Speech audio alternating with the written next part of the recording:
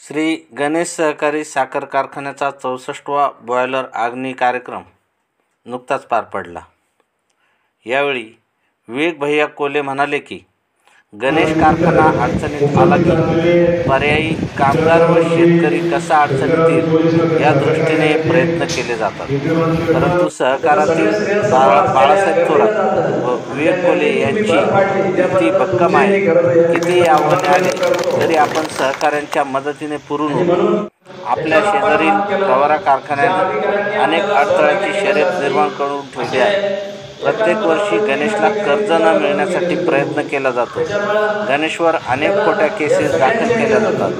गणेशचे आधुनिकीकरण करण्यासाठी फिटनेस सर्टिफिकेटला अडचणी आल्या, परंतु या सर्वावर मात करत गणेशने आपल्या आधुनिकीकरणाचे काम पूर्ण केले। श्री गणेश सहकारी साखर कारखाना मध्ये अध्यक्ष सुधीर लहारे, उपाध्यक्ष विजयराव दंडवते, माजी अध्यक्ष व ज्येष्ठ संचालक नारायणराव कारले, डॉक्टर गोलकर, प्रभावती घोगरे, सुधीर मस्के, राहता नगरपालिकेचे उपनगराध्यक्ष धनंजय गाडेकर, ॲडव्होकेट पंकज लोंढे, सहसंचालक मंडळ, संगमनेर साखर कारखान्याचे कार्यकारी संचालक गुगलकर, गणेशचे संचालक बीजी शिंदे, कोले साखर कारखान्याचे जनरल मॅनेजर शिवाजीराव दिवटे हे मोठ्या संख्येने या ठिकाणी उपस्थित होते। या परिसरामध्ये संघर्ष कायम राहिलेला आहे।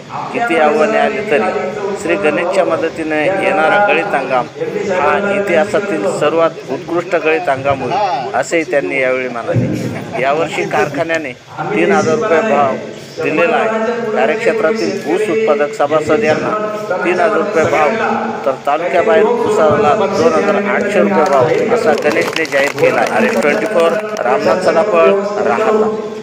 बुलेटची मागणी आली, पण ते आता आर्थिक गाडी बघून बुलेट द्यायची का थार द्यायची मला सांगितलं। 2000 तुम्ही संजयला बुलेट जाहीर केली, इकडे आमच्या मागल्या सभासद मागणी।